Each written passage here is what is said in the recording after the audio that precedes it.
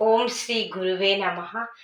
హిందూ ధర్మ ప్రదాత, సంచలనాత్మక రచయిత్ర, త్రైత సిద్ధాంత ఆదికర్త శ్రీ శ్రీ శ్రీ ఆచార్య ప్రబోధానంద యోగీశ్వర్ల వారి పాద పద్మములకు అనంత కోటి నమస్కారాలు తెలియజేస్తూ, కృష్ణాష్టమి సందర్భంగా మన త్రైతవాణి ఛానల్ నిర్వహించినటువంటి కృష్ణాష్టమి భగవద్గీత గ్రంథ పఠనం భావము వివరం కాంటెస్ట్లో మా పేరు దివ్యలక్ష్మి, మాది హుజరాబాద్ కమిటీ.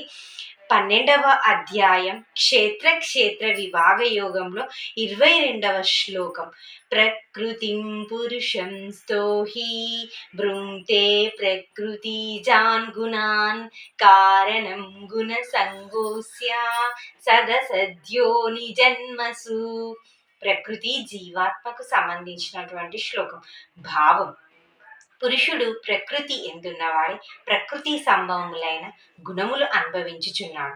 గుణములతో సంబంధపడి ఉన్న కారణం చేత మంచి చెడుల యందు జన్మించుచున్నాడు. దీని యొక్క వివరము ఏమనగా, పురుషుడనగా జీవాత్మ అని. శరీరంలో ఎందున్న జీవాత్మ ప్రకృతి జనితములైన గుణములను మనస్సు ద్వారా అనుభవించుచు వాటి పాపపుణ్య ఫలితములు అయిన మంచి చెడు జన్మల యందు జన్మించుచున్నాడు.